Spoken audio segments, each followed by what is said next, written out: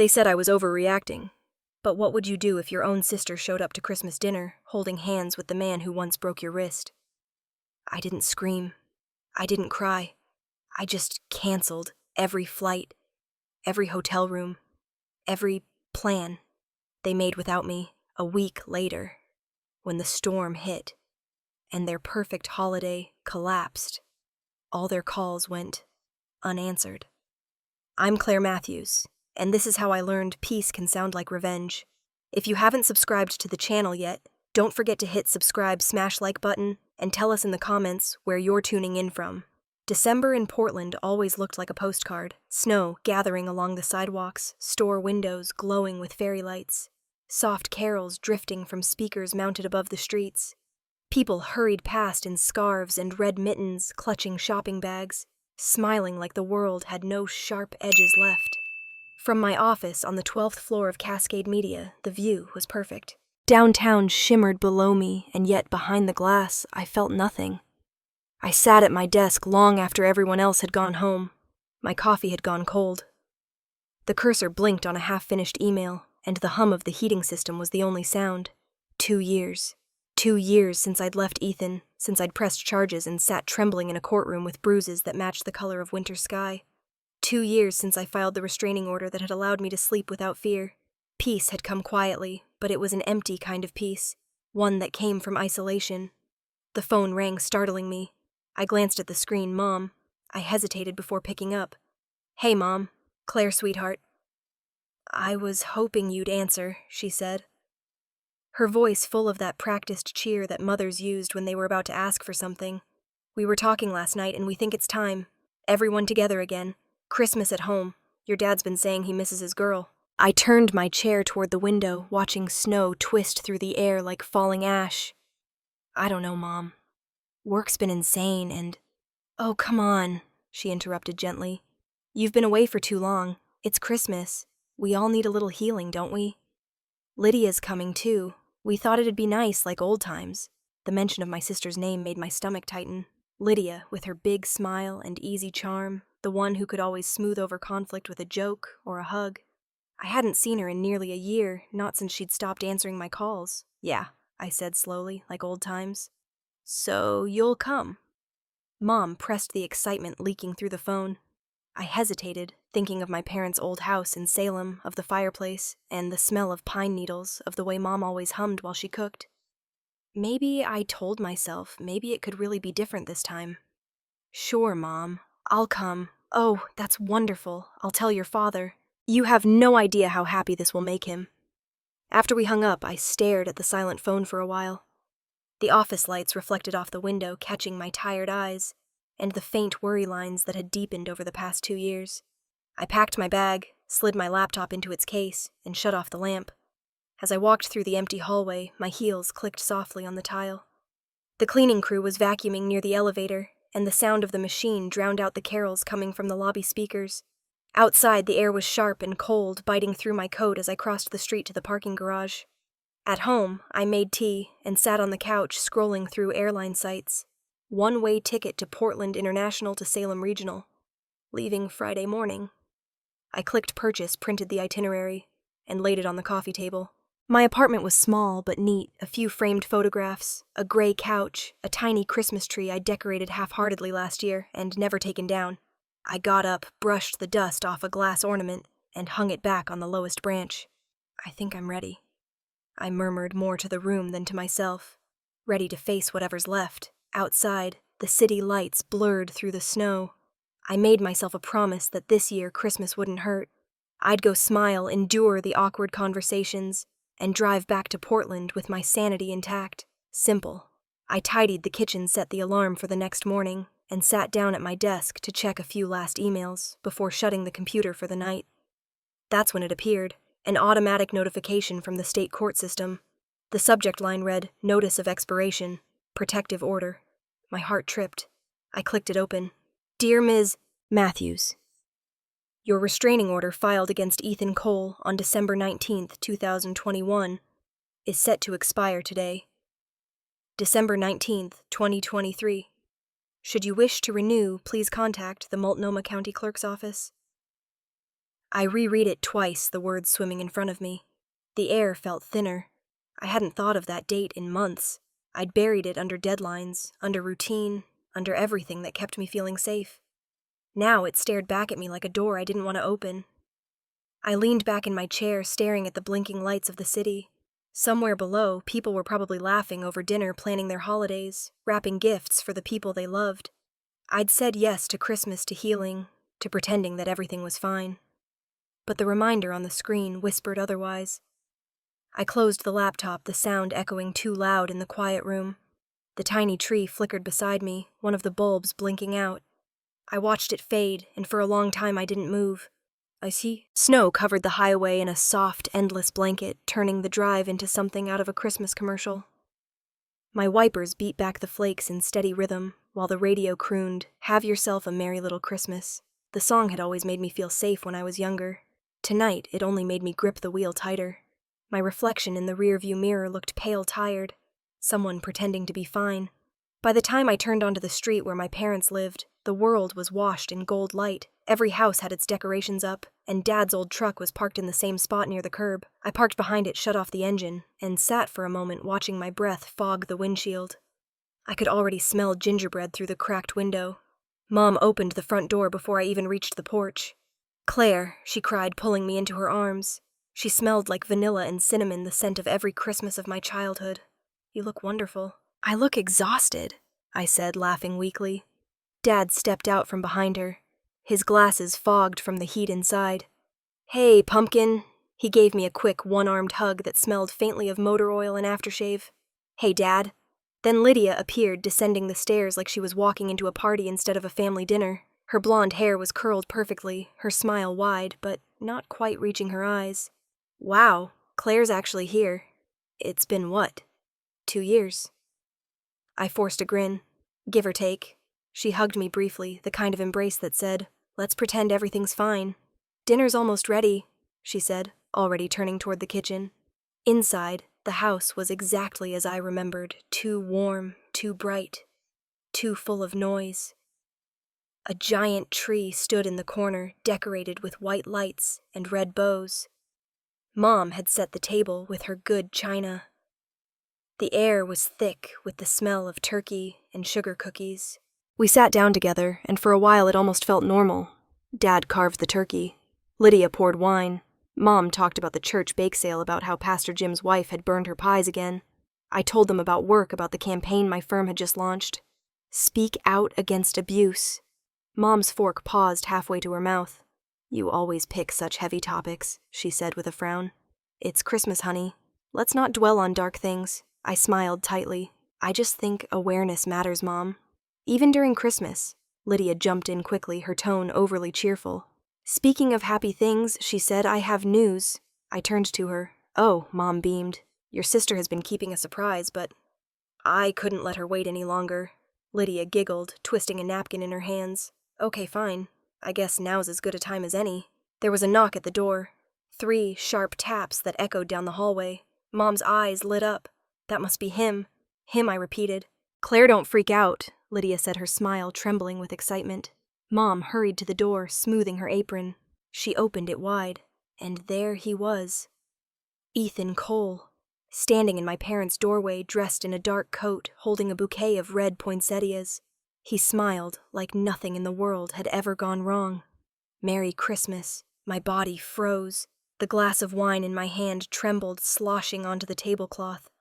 The scent of his cologne hit me first. Clean, sharp, the same one that used to cling to my sheets even after he was gone. "Ethan," I whispered. Lydia stood beside him now, glowing. "Surprise," she said, grabbing his arm. "He's my boyfriend." The room tilted. I could hear the ticking of the clock above the mantel, the faint hiss from the candles on the table. "You're kidding," I said. "No joke," she said softly. "We met at a fundraiser a few months ago. He's been amazing to me." I stared at her, then at Mom. You knew Mom wouldn't meet my eyes. "Honey, I thought maybe this was fate's way of..." "Fate."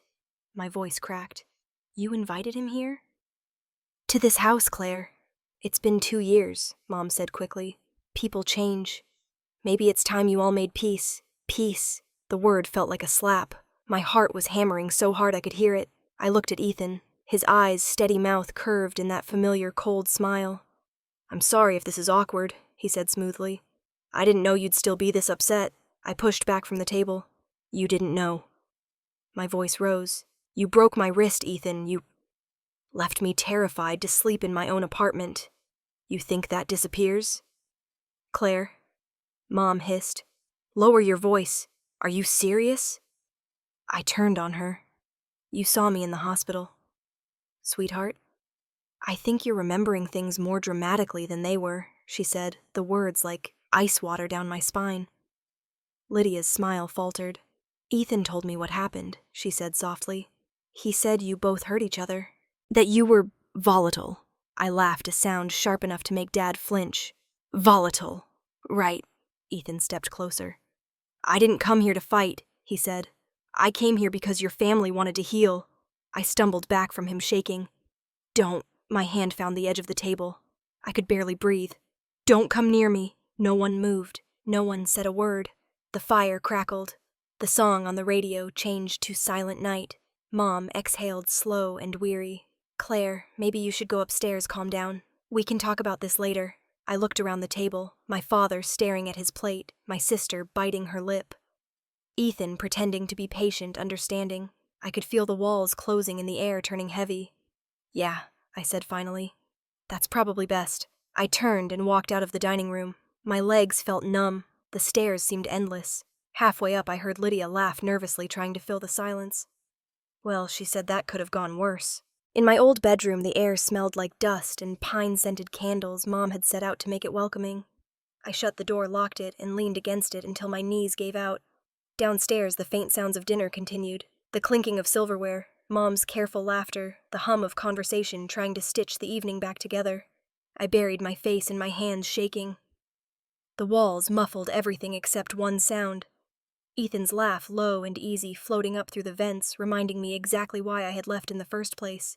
Morning came gray and heavy, the kind of Oregon winter light that never quite broke through the clouds. I hadn't slept much. The laughter from downstairs had finally stopped sometime after midnight, replaced by the quiet hum of the heater and the soft creak of the house settling. I dressed in silence, my hands shaking as I buttoned my sweater. The smell of coffee and bacon drifted up the stairs, familiar and nauseating all at once. When I walked into the kitchen, everyone was already there.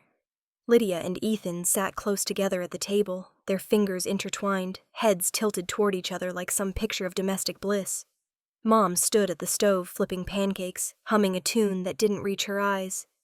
Dad was buried behind his newspaper. Morning. I said, my voice scraping against the quiet. Mom turned, all bright cheer. "Morning, sweetheart. Coffee's fresh." I poured myself a cup, hands trembling just enough that I hoped no one noticed. The mug felt hot and grounding in my palms. Ethan smiled at me, easy and polite, as if last night hadn't happened. "Sleep okay?" I ignored him. "Why is he here, Mom?" I asked instead. Lydia looked up, defensive. "Because he's my boyfriend. He belongs here just as much as anyone else." I set the mug down harder than I meant to. "Your boyfriend." She squeezed his hand. "Yes. We've been seeing each other for a while now. I wanted to tell you sooner, but I knew you'd overreact. Overreact."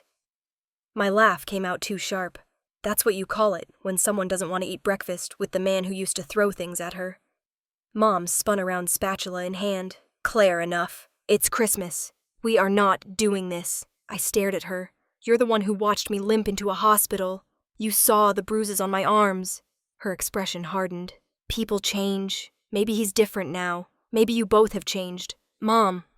I could barely get the word out. "This isn't about forgiveness. It's about safety." Ethan leaned back in his chair, his voice calm, practiced. "I understand why she's upset, Margaret. I really do. I made mistakes. But I've spent 2 years in therapy working on myself. I don't expect her to trust me overnight." He reached across the table, patting Lydia's hand. "I just hope we can be civil for everyone's sake." The room was spinning, his tone so measured it almost sounded believable. That was his gift. He could sound reasonable while making you doubt your own memory. I stared at him, searching for the man who'd once slammed a door so hard it split the wood frame, who'd whispered threats in the dark. All I saw was charm. Dad finally lowered his paper.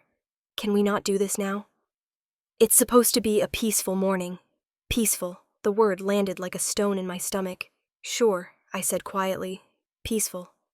Ethan smiled again, that same practiced expression. Thank you, Claire. I stood abruptly. The chair scraped against the floor. Don't thank me. Mom sighed. Where are you going? Anywhere else. I grabbed my coat from the back of the chair. If this is your idea of family, I think I've had enough. Lydia stood too. You're being dramatic. He's not the monster you make him out to be. Then good luck finding out for yourself, I said, meeting her eyes. You'll see what I saw sooner or later. Her face flushed with anger. You can't stand that someone else believes in him. No, I said softly.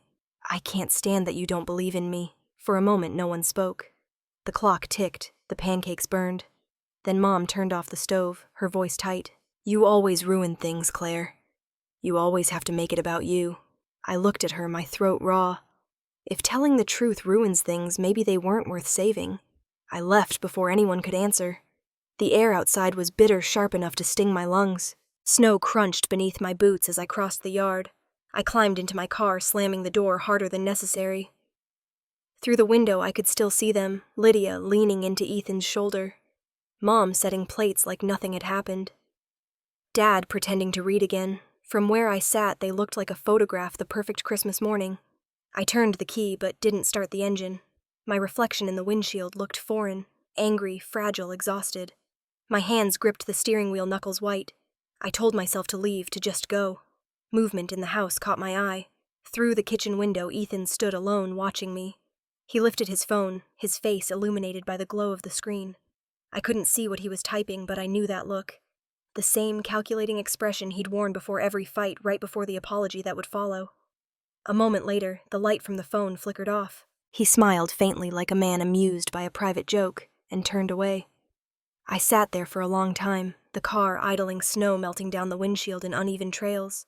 Somewhere behind me, the laughter started up again, muffled through the glass, carrying on like I hadn't been there at all. Snow had fallen thick overnight, blanketing my balcony and the narrow street below in quiet white. Portland always looked cleanest right after a storm, like the world had been scrubbed down to start over. I sat at my kitchen table with my laptop open, scrolling through work emails. I wasn't really reading. The hum of the heater filled the silence, and my coffee had already gone cold. The messages blurred together until one line caught my eye. An internal memo about the Speak Out Against Abuse campaign. Seeing the words in bold made something twist in my stomach. I was supposed to be the face of that campaign this quarter, leading the team that pushed stories of survival courage healing. I couldn't even keep my own life from circling back to the man who had once made me afraid to breathe. The apartment was too quiet. I grabbed my coat and walked to the coffee shop around the corner where Hannah and I usually met before work. She was already there, laptop open, her hair tied up in a messy bun. When she saw my face, she frowned. Okay, she said, shutting her computer. What happened? I hesitated, then told her everything.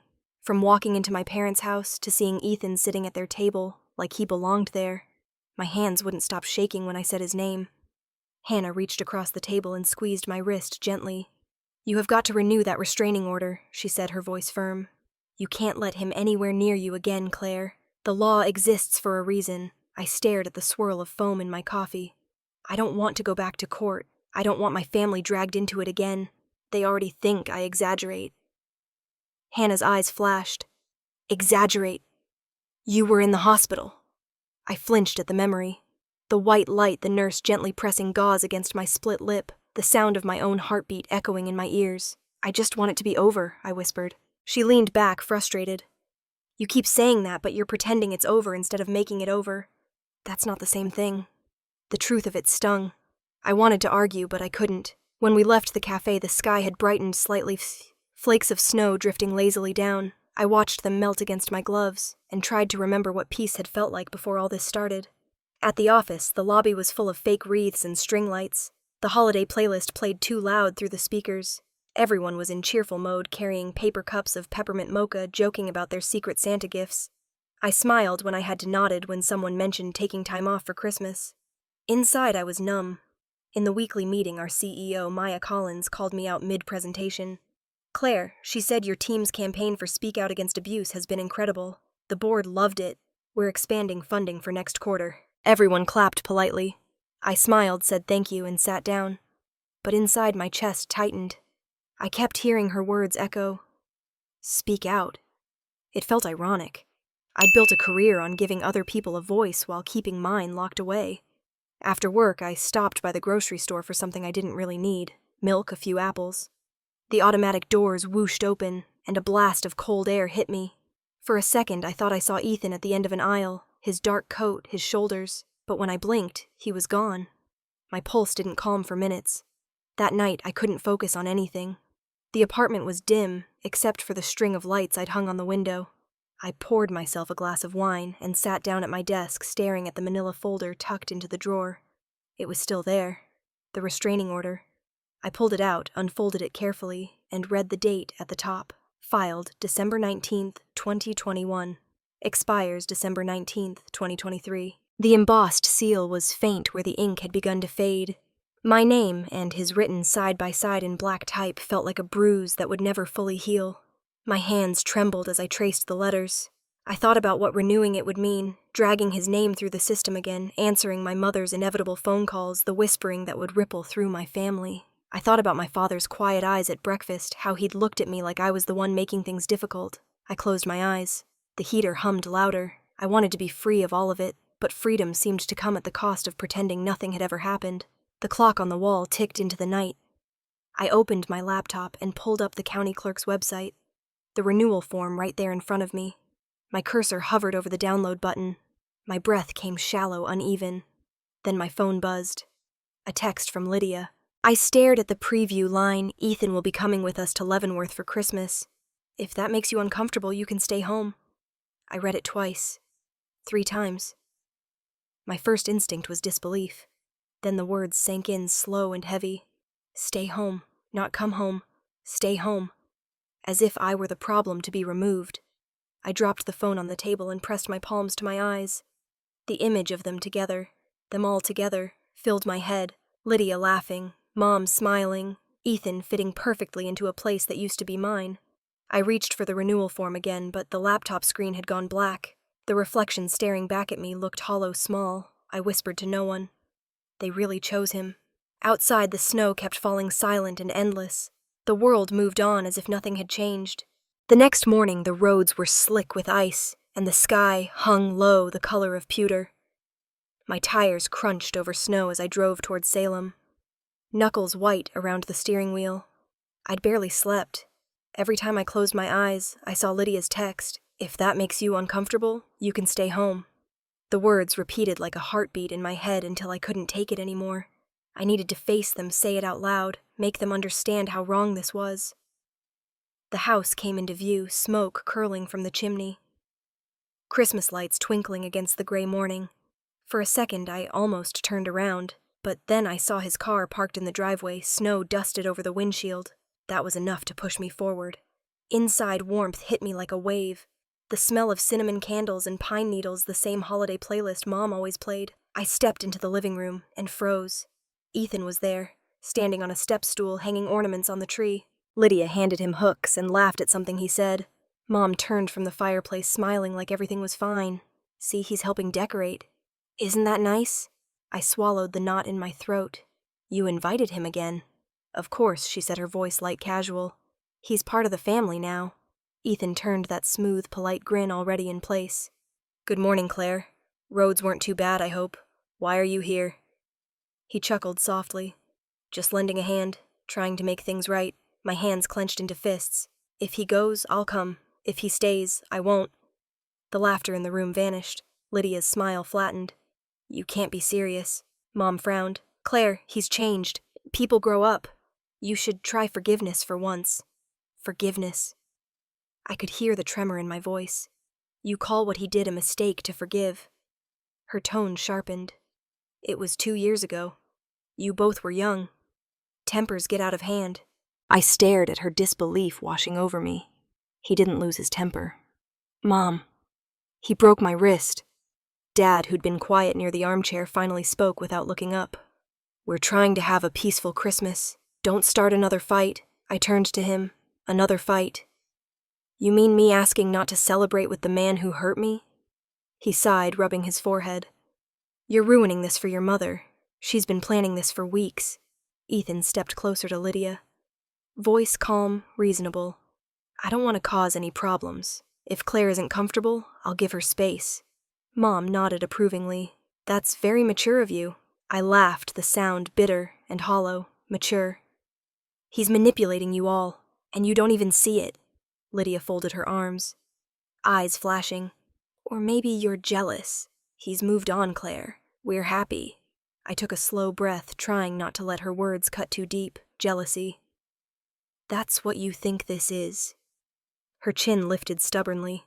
If you're not coming, we'll give your ticket to him. The rooms are already booked. My chest felt tight, the air thick. I looked at each of them, Mom's soft disapproval. Dad's silence, Lydia's defiance, and Ethan's quiet smirk. It was all there, the same pattern repeating itself. I'd seen this movie before me, speaking them looking away. I nodded slowly. All right, you've made your choice. Mom blinked. What's that supposed to mean? It means I said, my voice low. You've picked him. Again. Ethan's eyes narrowed, but the smile stayed. You're reading too much into this, Claire. Am I? I stepped closer until I could see my reflection in his pupils. Tell me something. Did you ever apologize once, without someone asking you to? He didn't answer. Lydia looked between us, uneasy now. Thought so, I whispered. I turned toward the door, grabbing my coat from the hook. My heart was pounding so hard I could feel it in my fingertips. Mom's voice followed me. Claire, don't you dare walk out like this. It's Christmas Eve. I paused in the doorway, snow light spilling in from outside. Then you should be celebrating, I said quietly. With him. Lydia's voice cracked behind me. You're being dramatic. I looked over my shoulder one last time. No, I'm being done. The door shut behind me, muffling their voices. Outside, the cold air bit through my clothes. I made it to the car before the tears came hot against my frozen skin. Through the windshield, I could see them through the window, Lydia leaning against Ethan. Mom forcing a smile, Dad retreating into the background. From out here, they almost looked peaceful. I started the engine headlights cutting through the snow. For a moment, I just sat there watching the house I'd grown up in. My fingers tightened around the steering wheel. I whispered to my reflection, I won't let them trample me again. Then I shifted the car into drive and pulled away the glow of Christmas lights fading in the rearview mirror until they were nothing but distant blurred sparks against the dark. The wind outside howled through the gaps of the old window frame, rattling it like fingers tapping to get in. My apartment glowed faintly under a single lamp, the kind of yellow light that made everything feel smaller, quieter. I sat on the couch with my laptop open, its blue glow reflecting off the half-empty glass of wine beside me. The cursor blinked on the airline website, my name printed neatly at the top of the reservation. Claire Matthews, 4 tickets, all paid with my credit card. I stared at the line that read, non-refundable after December 20th, and felt something shift inside me. Not panic, not sadness. Something colder, something steady. I scrolled through the emails. Flight confirmations, hotel, booking, receipts, rental car details, all under my name. I could almost hear Mom's voice from earlier in the week, cheerful and expectant. We'll just give your ticket to Ethan, honey. You've already booked everything, right? I took a long sip of wine, set the glass down carefully, and opened a blank message on my phone. Mom. I typed, I won't be going.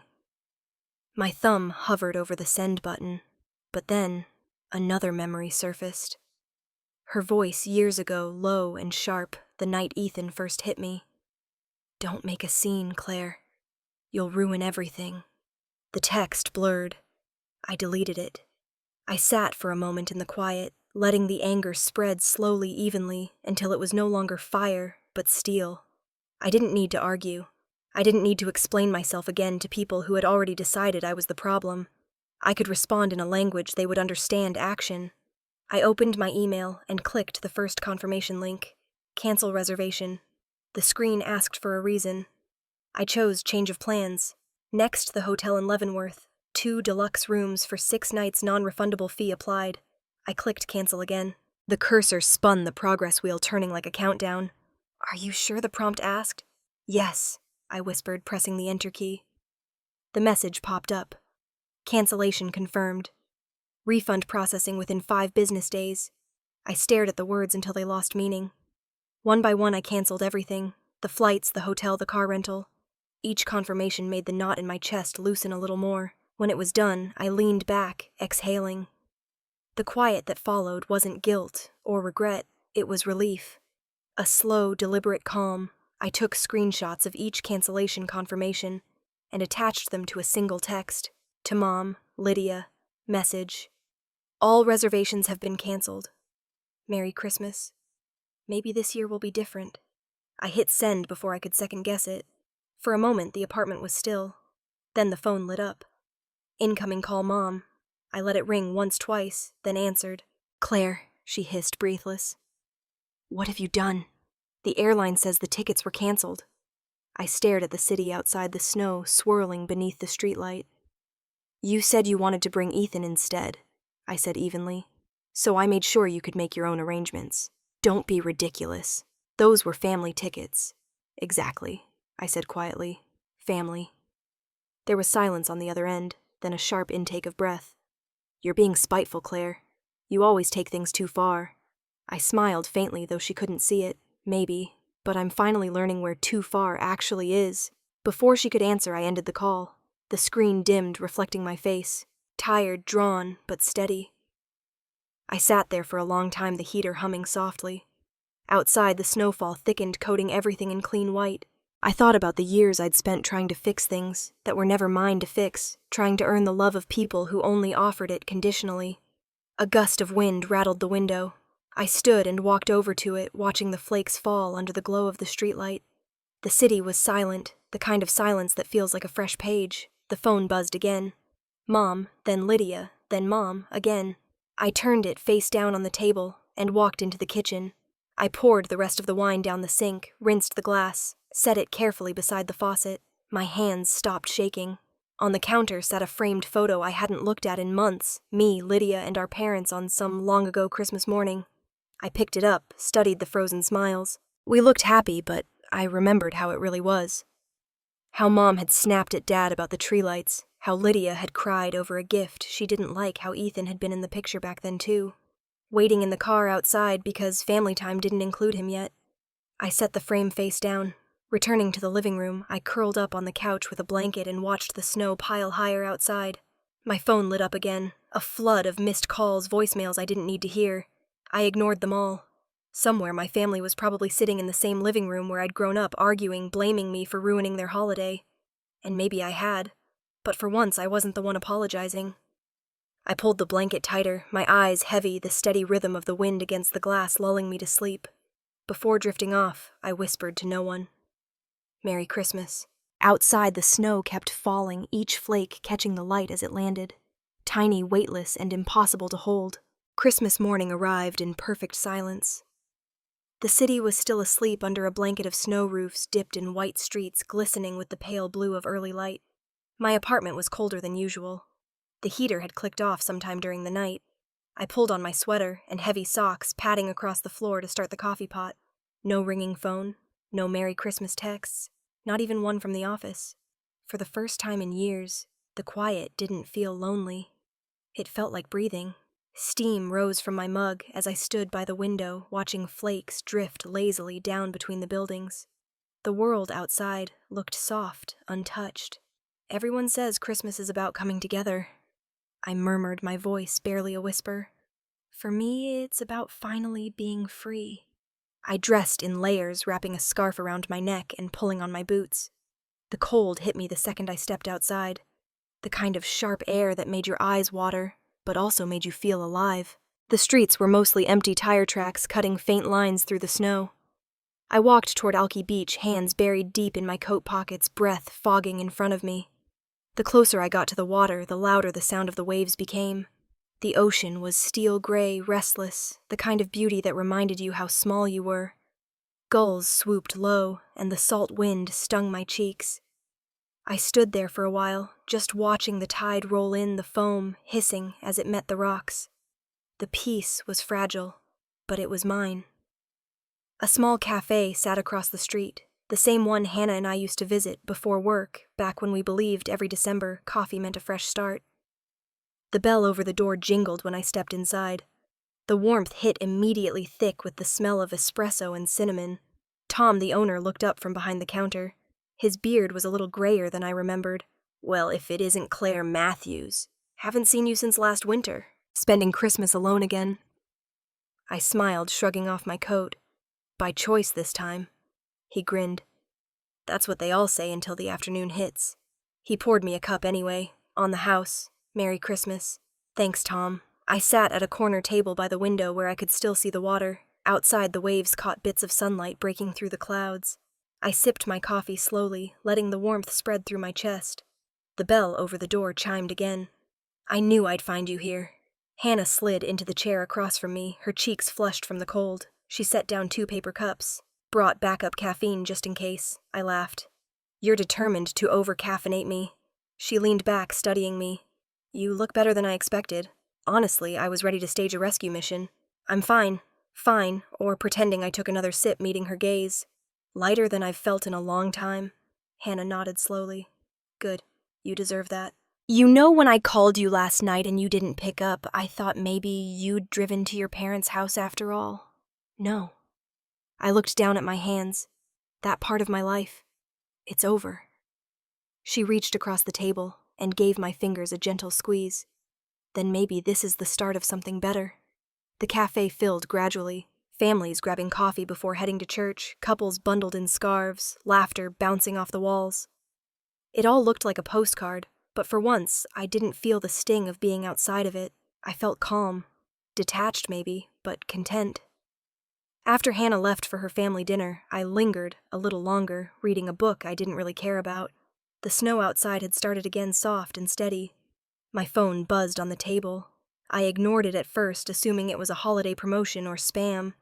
Then it buzzed again. And again. I flipped it over. Mom. Then Lydia. Then Ethan.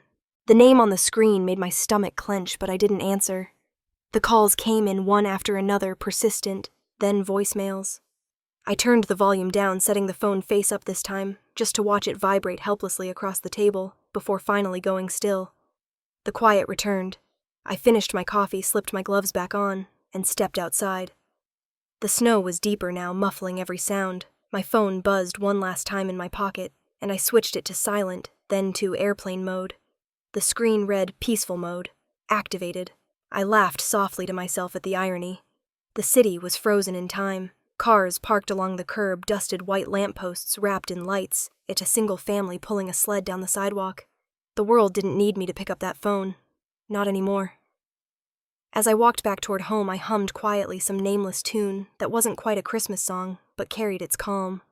The air tasted like salt and winter. By the time I reached my building, the first hints of sunset glowed orange against the snow. Inside, I made another cup of coffee, curled up by the window, and watched the sky turn from gold to blue.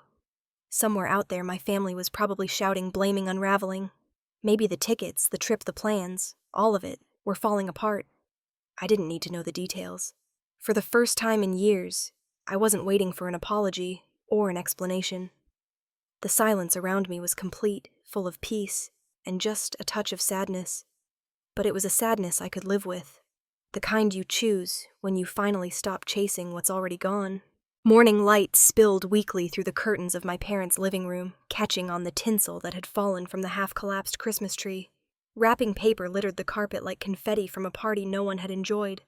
The fireplace hissed, dying out to embers. From upstairs came the sharp sound of a drawer slamming, followed by my mother's voice. "Who gave her the right to cancel our tickets?" she shouted, storming into the living room in her robe. "She doesn't own Christmas." Dad looked up from his tablet, squinting at the screen. "Margaret, calm down. Maybe there's some kind of mistake." "It's not a mistake," she snapped, grabbing his arm. "The airline just emailed me. Cancellation confirmations all under her name." Dad scrolled through his email, muttering, "She must have done it last night." His eyes flicked to the banking app, and the color drained from his face. The refunds went straight back to her card. "What?" Mom's voice cracked. "She stole our vacation money." Lydia appeared at the top of the stairs, wrapped in a red sweater. Hair unbrushed. "What's going on?" "Your sister canceled everything Mom said. The flights, the hotel, all of it. Lydia froze halfway down. You're kidding. Dad shook his head. It's all here. Ethan came in from the kitchen holding a mug of coffee, like he'd been waiting for this moment. I told you she wouldn't handle this well. Lydia rounded on him. Handle what? Well, you mean me dating you? He raised an eyebrow. She's still obsessed, Lydia. This is proof. Don't start, she warned, but he only smirked. Mom was pacing now. I'll call her. She'll answer me. She just dialed, pressing the phone to her ear. It rang and rang, no answer. She tried again, then again. The sound filled the room until Lydia snatched the phone from her hand. She's doing this to punish us, Lydia said. She's jealous and manipulative. She always has been. Ethan set his coffee down, his voice calm, almost bored. Or maybe she just wants control. That's how she operates. Dad looked up. Enough. We can fix this. We'll rebook everything. We still have time. How Mom demanded. The flights are full by now. Ethan pulled his phone from his pocket, scrolling with his thumb. I'll handle it. Don't worry, I can get something. We'll drive up to the airport and sort it out there. Mom brightened a little. You see, he's trying. He's the only one acting like an adult. Lydia crossed her arms, muttering under her breath. If it weren't for her, none of this would be happening. They rushed around, gathering bags and coats, shouting over one another about what time they'd need to leave to catch the next available flight. The living room looked like a storm had passed through. Mom's voice rose above the chaos. Walter, hurry up with the suitcases, Dad grumbled, but did as he was told, lugging bags to the front door. The wind outside howled against the windows, and a layer of fresh snow had already started to cover the driveway. An hour later, they were in the car. Ethan at the wheel, the wipers fighting against the sleet. The radio announced another storm warning, advising drivers to stay off the roads. Mom ignored it, flipping to the Christmas station instead. We'll be fine, she said firmly. The weather will pass. Lydia stared out the window, her reflection pale against the glass. This feels like a bad idea. It's fine, Ethan said. I've driven in worse. Dad sat silent in the passenger seat, jaw tight. By the time they reached the freeway, the snow was coming down hard. Traffic slowed to a crawl. Mom's phone buzzed with a weather alert. Severe snowstorm warning. All flights to Leavenworth suspended until further notice. Oh my God, she whispered, reading it aloud. All flights canceled. Ethan slammed his hand against the steering wheel. You've got to be kidding me. Mom pressed her palms to her face. We should have stayed home. Dad rubbed his temple. I said this was crazy. Lydia's voice was quiet, almost small. We can turn back. Ethan didn't move, eyes fixed on the red taillights stretching into the distance. Then without a word, he pulled over onto the shoulder, the car shuddering as the wind hit it. Inside the cramped space, no one spoke. The only sounds were the hum of the heater and the distant hiss of snow against metal. Mom broke first. All of this, because she can't let go of the past. Dad shot her a look. Margaret, don't start. Don't start, Walter. She canceled our entire trip. She's been nothing but difficult since the divorce. Lydia turned sharply. It wasn't her divorce, Mom. It was Ethan's. With her. Ethan's jaw clenched. We don't need to rehash everything. Mom exhaled loudly. You're right. We just need to move forward. Silence again. Then, from the corner of her eye, Lydia saw Ethan's phone light up on the console. A woman's name flashed across the screen. Julia Brooks. The message preview read, Miss you last night. When can I see you again? Lydia's breath caught. She turned to look at him. Who's Julia? Ethan grabbed the phone, locking the screen in one swift motion. Work contact, she repeated flatly. On Christmas morning. Drop it, Lydia, he said sharply. Mom twisted in her seat, confused. What's going on? Nothing, Ethan muttered. Lydia's voice was quiet, but shaking. You're lying. The car filled with tension thicker than the fog outside. Mom leaned back, muttering a prayer under her breath. Dad finally spoke, voice low. Turn around. We're going home. Ethan didn't argue. He turned the car around slowly, the wheels slipping slightly on the ice. The ride back to Tacoma felt longer than it should have. When they pulled into the driveway, the lights on the house flickered from the storm. No one got out right away. Inside the car, Mom's mascara had run down her cheeks. Lydia sat stiffly, staring straight ahead. Eyes empty. Ethan's hands rested on the steering wheel, knuckles, white jaw, locked. Outside, the wind howled through the trees, shaking loose the last of the snow. Inside, the family that had once sworn Christmas would heal everything. Sat in silence, the glow of the dashboard reflecting off faces that no longer looked like they belonged together. A week after Christmas, the city had shaken off its quiet. Portland's streets buzzed again with commuters' buses kicking up dirty slush where snow had melted into gray puddles. I carried a paper cup of coffee in one hand and a small box wrapped in red ribbon in the other, a belated Christmas gift from Hannah.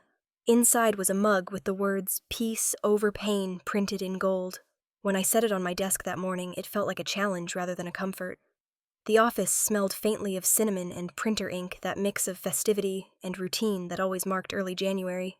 People chatted about their vacations, the gifts they'd received, the flights that had been canceled by the storm. I nodded politely as I passed, offering half smiles, keeping my own holiday story tucked far away. By noon, I was in the conference room, waiting for the weekly campaign meeting. The Speak Out Against Abuse poster hung on the far wall. The words, "Your voice matters," printed in large, bold font. I'd stared at those words so many times they had started to lose meaning. Until today. The door opened and Julia Brooks walked in, her laptop tucked under one arm. Julia was a freelance investigative journalist who'd partnered with Lumina on the campaign. She had that energy reporters carried, alert eyes, sharp tone, a constant sense that she was listening for what wasn't being said. "Claire," she greeted me, setting her coffee down. "You have a minute before the team comes in." "Sure," I said, gesturing for her to sit. She sat across from me, opening her laptop. "I've been looking into a case that might connect with our project. A few survivors reached out after our last campaign article ran." I nodded. Waiting. One of them mentioned a man named Ethan Cole. She said his name so casually, like it was just another file on her desktop. I froze. "Does that name mean anything to you?" The sound of it filled the room, echoing against the glass walls. My throat tightened before I could answer. Julia watched me carefully. "He was accused of domestic assault a couple of years ago," she continued. "Charges dropped due to insufficient evidence. The victim never went public." I swallowed hard. That was me. She blinked, the faintest flicker of surprise crossing her face before she masked it with professionalism. "I didn't know," she said quietly. "I wouldn't have brought it up like this if I had." "It's fine," I said, though it wasn't. My hands were cold despite the heat in the room. "What are you looking for?" "I'm trying to piece together a pattern," Julia said, flipping her laptop around so I could see. A spreadsheet filled the screen. Names, dates, police case numbers. He's resurfaced under different circumstances, different cities. I want to confirm the Portland file belongs to the same man. I stared at the screen, my pulse steady but slow. The file number, the date, the initials, it was all there. "Yes," I said finally. "That's him." Julia looked at me, eyes steady. "Would you be willing to talk about what happened?" "It doesn't have to be public. I just need context. Something on record." I leaned back in my chair, exhaling. My gaze drifted to the poster on the wall again. "Your voice matters." 2 years ago, I'd sworn I'd never say his name out loud again. But the truth was, silence had only made him louder. I opened my bag, hands shaking slightly, and pulled out a manila folder. "This is a copy of my restraining order," I said, sliding it across the table. "Filed December 2021. It expired last month." Julia opened it carefully, scanning the lines. Her brow furrowed when she reached the section describing the assault. "He broke your wrist." "Yes." My voice sounded too calm, detached, like I was describing someone else's life. "And he made me believe it was my fault for years. He said I provoked him. That's how it always went. Every apology came with a condition." Julia nodded slowly. "You don't owe me an explanation. But what you're doing right now, that's important." "I'm not doing it for him," I said. "I just don't want him to do it again to someone else." The door creaked as a few coworkers entered, chatting about lunch plans, oblivious to the weight sitting between us. Julia closed the folder, keeping her voice low. "I'll keep this confidential until you say otherwise. But if you're ready to speak, I can make sure it's handled right. The truth will do its job, Claire. It always does." Her words hung in the air. I looked back at the poster again. Your voice matters. For the first time, I let myself believe it might. The meeting began, people sliding into chairs, laptops opening. I stayed silent, listening to the hum of conversation around me.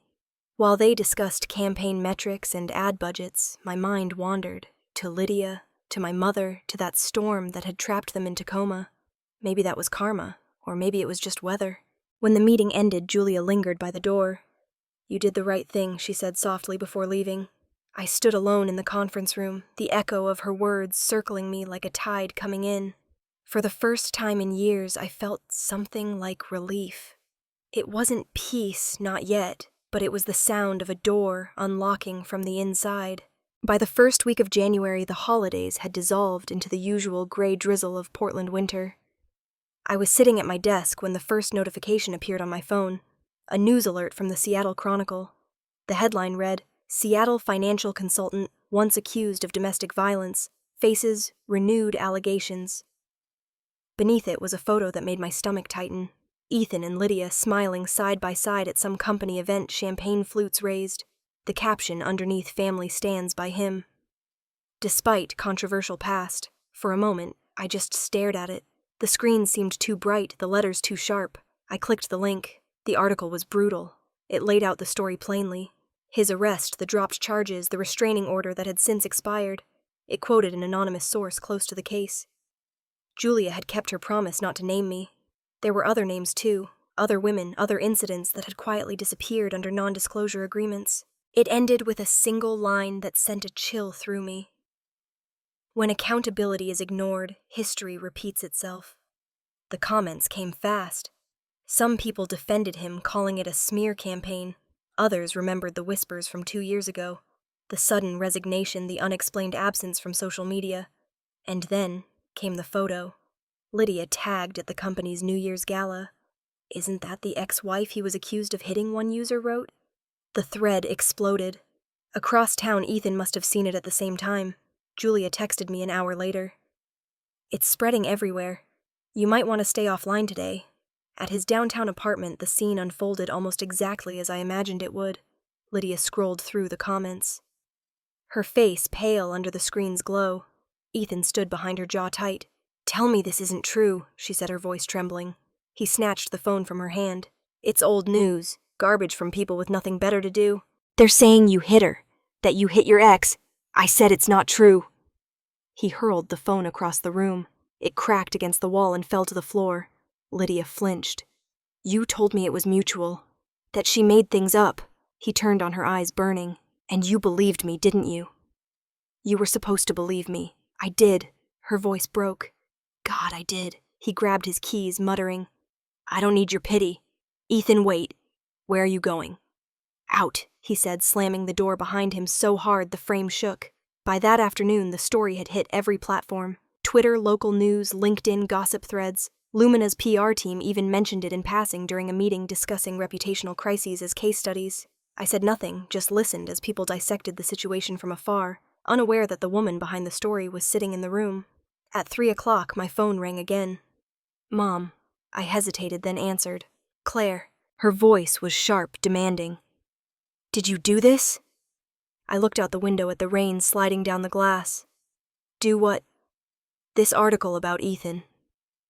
The reporters said they spoke with someone close to the case. That's you. Isn't it?"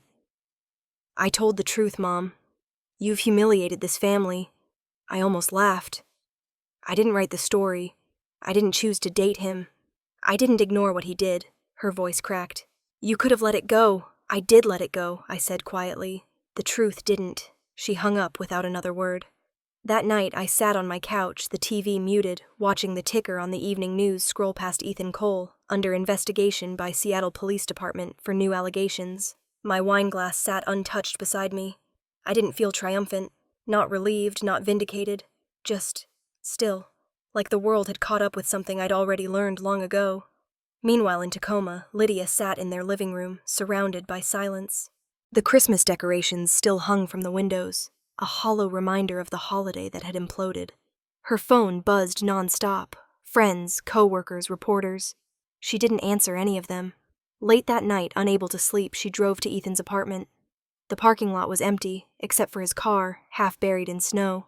The lights inside flickered through the blinds. She climbed the stairs, heart pounding, and knocked. No answer. She knocked again, harder. "Ethan, it's me." When the door finally opened, the smell of whiskey hit her first. The place was a mess. Clothes strewn across the floor, bottles on the counter, half-packed suitcases on the couch. Ethan stood in the doorway, eyes bloodshot still in the same clothes from the day before. "You're leaving?" she asked. He shrugged. "There's nothing for me here anymore. You're not even going to fight this." "For what?" He laughed bitterly. "They already decided what I am." Her voice trembled. "You lied to me. About her. About everything." He stared at her, something unreadable flickering behind his eyes. "I never lied. I just told you what you wanted to believe." "Ethan." He brushed past her, dragging a duffel bag behind him.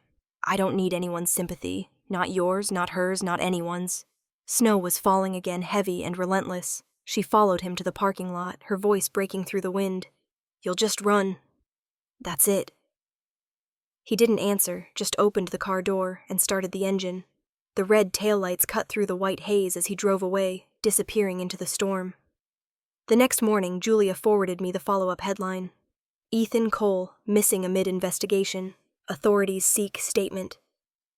Beneath it, a quote from a police spokesperson. "Accountability has a way of catching up. At work, the day unfolded as usual, emails, calls, meetings. But when I paused to sip my coffee, I saw the reflection of that headline in my laptop screen. I thought about Lydia, about my parents, about Ethan, somewhere out there, blaming the world instead of himself. For a moment, I closed my eyes and whispered to the quiet room, karma doesn't need a push. It always finds its way." The rain outside turned to snow again, falling slow and steady over the city, erasing everything in sight. 2 weeks passed, and the city had settled back into its usual rhythm of gray skies and steady rain. January in Portland had a way of washing everything clean, though not always gently. The sidewalks shimmered with puddles, and the air smelled like wet asphalt and new beginnings that didn't quite know what to do with themselves. That morning I found a letter in my mailbox sealed with a neat strip of tape and written in handwriting I would have recognized anywhere. My mother's. The sight of it stopped me cold. For a long minute I stood in the hallway of my apartment building, staring at the familiar loops of her cursive, Margaret Matthews. Before slipping it into my coat pocket, I didn't open it right away. I walked to a cafe near my office, the one with the fogged windows and chipped wooden tables that always felt like a refuge. The rain had started again by the time I sat down. Drops streaked the glass, blurring the world outside into watercolor. I ordered a latte, tore open the envelope, and unfolded the letter. The paper was creased in careful thirds, written in the same steady hand that used to sign my report cards and birthday cards. My mother's voice came alive in my head as I read. "Claire, I don't expect you to read this, but I need to write it anyway. I was wrong.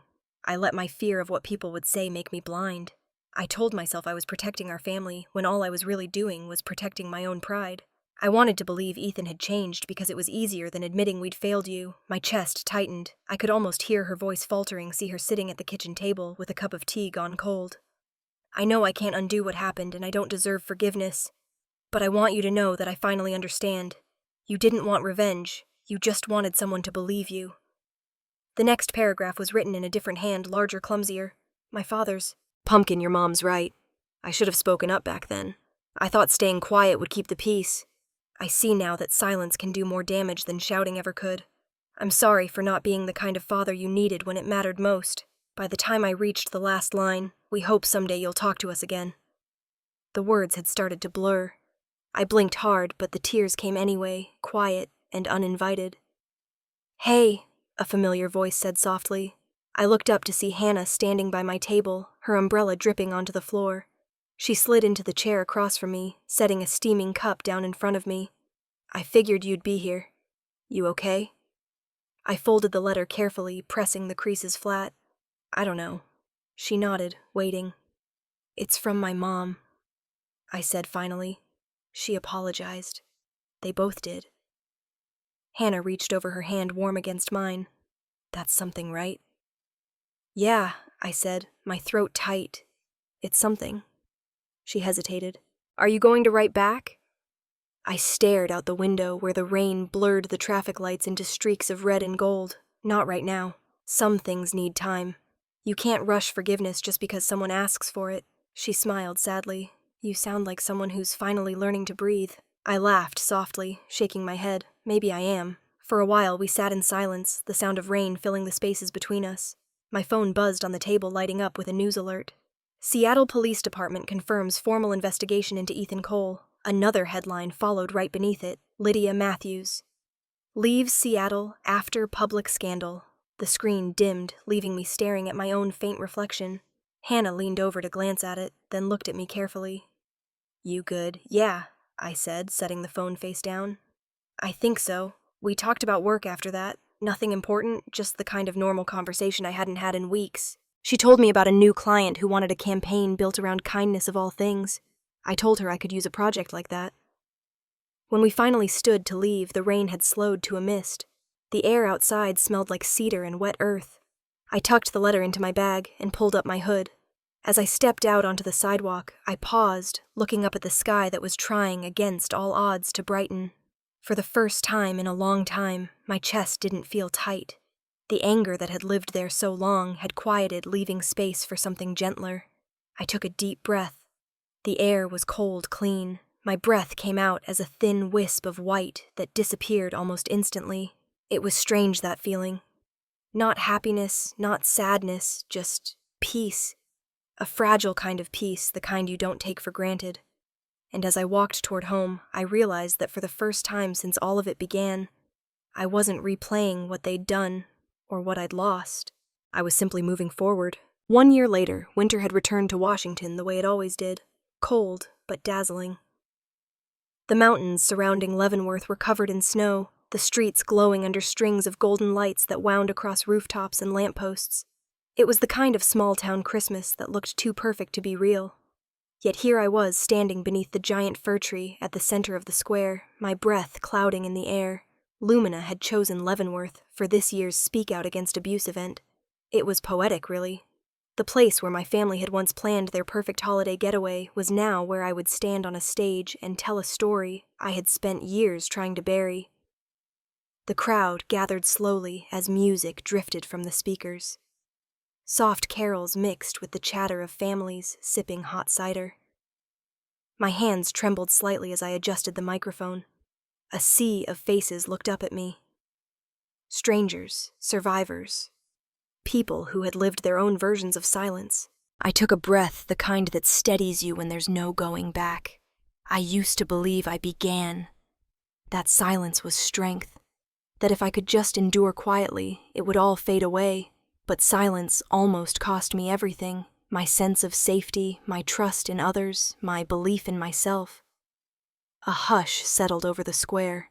The snow had started to fall again, flakes spinning slowly through the lights. For years I thought speaking up would make me look weak. I continued, but it wasn't until I finally said his name, until I admitted what happened, that I realized silence doesn't protect anyone. It only protects the people who hurt us. And I'm not here to talk about revenge. I'm here so the next person who's afraid to speak knows they aren't alone. Someone in the crowd wiped away a tear. A woman near the front nodded slowly. "My name is Claire Matthews," I said, my voice steady now. "And for the first time this Christmas, I am free." The applause started softly, then grew until it filled the square. I stepped back, blinking against the bright stage lights, letting the sound wash over me. It wasn't pride I felt. It was peace, the kind that comes after a storm finally runs out of rain. After the ceremony, I moved through the crowd, shaking hands, hugging strangers who thanked me for speaking. Julia Brooks found me near the edge of the stage, her scarf dotted with snowflakes. She held out her hand, smiling. "You changed more than you realize," she said. "This story, it's giving others permission to tell their own." I smiled back. "I didn't do anything special. I just told the truth. Sometimes that's the hardest thing," she said, squeezing my hand before slipping back into the crowd. When the event ended, the square turned into a festival again. Children chased each other around the tree, their laughter echoing off the storefronts. Vendors sold gingerbread and mulled wine from wooden stalls. The air smelled like cinnamon and pine. I walked through it all slowly, watching the lights blur and dance on the snow. Somewhere a choir began singing "O Holy Night." The sound was soft, carried by the cold air, and for a moment I just stood there, letting the melody settle into me. My phone buzzed in my coat pocket. I hesitated before pulling it out. A new message from Mom. "Christmas this year feels quieter. If you want to come home, the door's always open. I stared at the screen for a long time, the words glowing softly. Then I locked the phone and slipped it back into my pocket. The snow fell thicker now. Flakes landing on my hair, my eyelashes. I tilted my face up toward the sky, the world spinning gently around me. I didn't need to text her back. Not yet. Maybe someday I would. Maybe I wouldn't. Some distances are meant to soften before they close. I started walking again, past the food stalls, past the families, until the crowd faded behind me. The street was quiet, except for the faint crunch of snow beneath my boots, and the glow of lights reflecting on wet pavement. For the first time in years, I felt no anger, no guilt, just stillness. I understood now that peace wasn't the same as forgetting. It was learning to live without needing anyone else to rewrite the ending. As I reached the edge of the square, I turned for one last look. The lights shimmered through the snow like tiny stars caught midair, and I thought about how far I'd come. From fear to freedom, from silence to voice. I smiled, the kind of quiet smile that comes from deep inside, and whispered to the night. I used to think justice meant hearing them say, "Sorry." Now I know justice is waking up and not feeling the weight of it anymore. Snow kept falling endless and clean, and I walked into it. Steady, unhurried, ready for whatever came next. If you've ever been hurt and told to stay quiet, don't tell your story. Let it live in the open. Because the truth once spoken doesn't just free you, it frees everyone still waiting to find their voice. The truth is the greatest gift you can ever give yourself.